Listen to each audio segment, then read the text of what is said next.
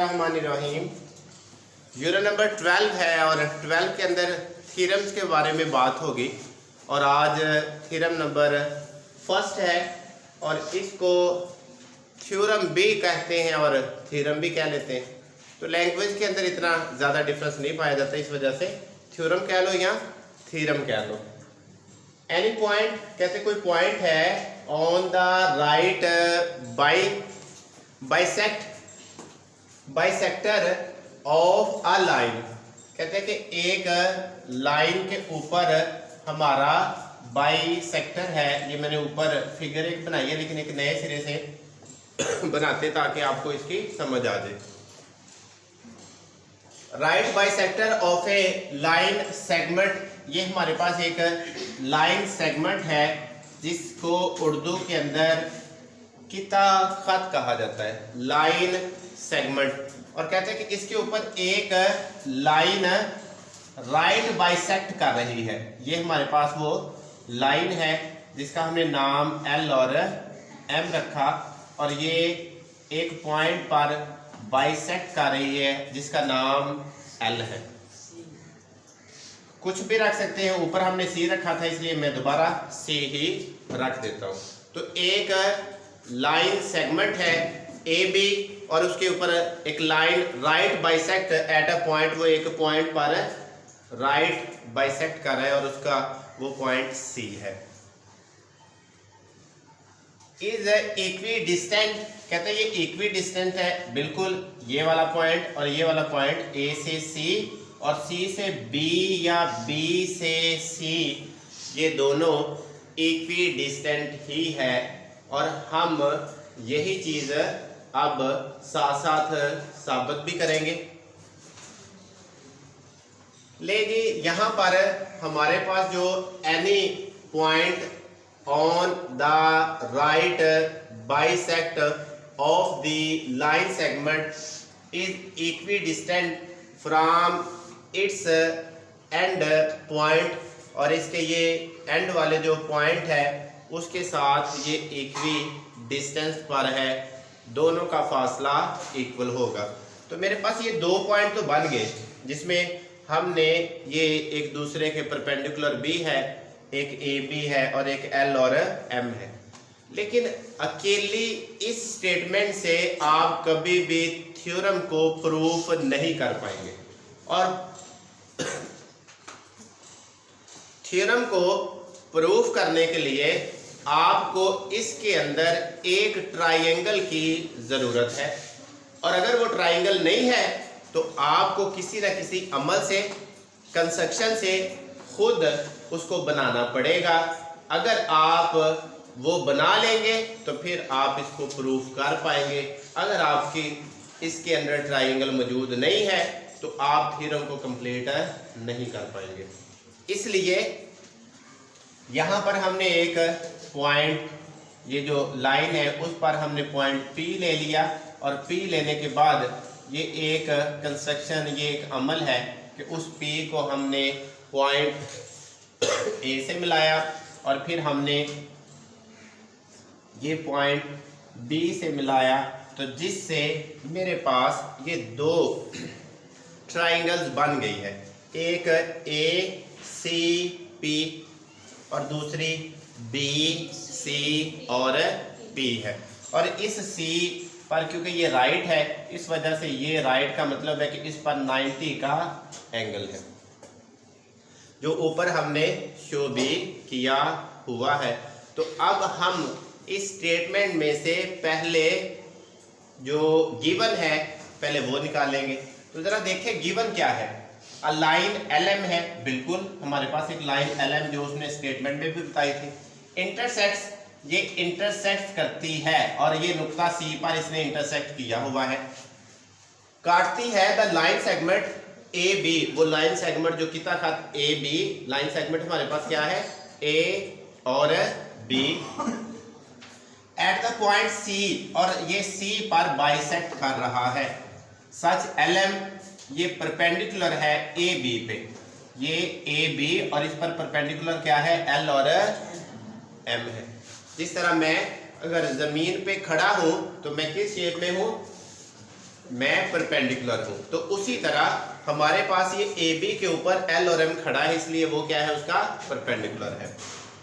फिर इसके बाद एंड, उसने कहा था ये इक्वी डिस्टेंस है फ्रॉम इट, इससे एंड पॉइंट, तो ए और सी इक्वी डिस्टेंट है, बी और सी ये दोनों एक जैसे फासले पर मौजूद है और ये हमें नजर भी आ रहे हैं। फिर P इज अ पॉइंट, हमने एक P पॉइंट लिया कंस्ट्रक्शन में और उसको ऑन LM पर हमने LM पर एक पॉइंट क्या ले लिया है, P, और फिर P की क्योंकि जरूरत पड़ी थी किसके लिए, ट्राइंगल्स बनाने के लिए। टू प्रूफ, इसमें प्रूफ क्या करना है कि हमारे पास PA और ये कंग्यूरेंट PB ये लाइन सेगमेंट, तो दो लाइन सेगमेंट है, एक AP और ये कंग्यूरेंट है P और B के। Congruent means it's around about equal to one side the other side, एक साइड दूसरी साइड के तकरीबन, जिसको कहा जा सकता है कि 19-20 का फर्क आ सकता है, लेकिन 100% इक्वल नहीं होती है।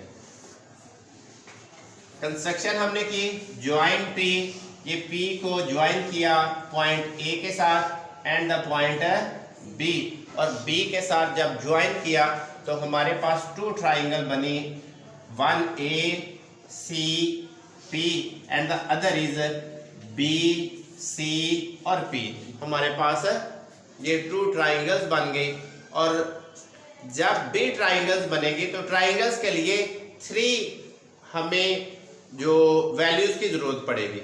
ट्राइंगल्स के अंदर या 3 एंगल्स इक्वल आएंगे, या 3 साइड्स इक्वल आएंगी, या 1 साइड 2 एंगल्स आएंगे, या 2 साइड और 1 एंगल आएगा। यानी कि हमें 3 जो वैल्यूज वो हमने निकालनी। अब देखते हैं वो 3 वैल्यूज एंगल में आती है या साइड्स के अंदर आती है। उसके लिए हमें चाहिए प्रूफ, हम सबूत लेंगे। One side statements and the other sides reasons. एक साइड पे हमने स्टेटमेंट्स ले ली और दूसरी साइड पे हम उसकी रीजंस ले लेंगे। तो हमारे पास इन ये ट्राइंगल्स ACB और ये बिलोंग करती है किसके साथ है, BCP, दोनों का लिंक है कि ACP एक साइड पे है एंड द ट्राइंगल BCP दूसरी साइड पे, और दोनों को हमने प्रूव करना है कि दोनों के जो जो साइड्स हैं, फर्स्ट की साइड और दूसरी की साइड, क्या ये इक्वल आ रही है या नहीं आ रही। फर्स्ट का एंगल और दूसरी का एंगल क्या इक्वल आ रहा है, अगर आ रहा होगा तो लास्ट में लिखेंगे कि ये ट्राइंगल एक दूसरे के जो कंग्यूरेंट्स हैं। First AC कंग्यूरेंट, BC line segment, तो ये हमारे पास AC कंग्यूरेंट BC ये क्या है, ये गिवन था। इस वजह से फर्स्ट हमारे पास क्या आ गई, 1 साइड आ गई, और हम एक चीज निकाल चुके हैं। और वो एक चीज क्या है हमारे पास है कि हम AC और BC दोनों में एक एक साइड ले ली, तो बाकी कितनी चीजें रह गई, हमारे पास 2 वैल्यूज रहेगी। अब देखते हैं कि वो 2 हमारे पास कौन कौन सी वैल्यूज आती हैं। साइड के बाद आप देखते हैं कि हमारे पास ये जो एंगल्स है 90 का, तो वो BCP वाली भी ट्राइंगल में है और ACP वाली ट्राइंगल में भी मौजूद है।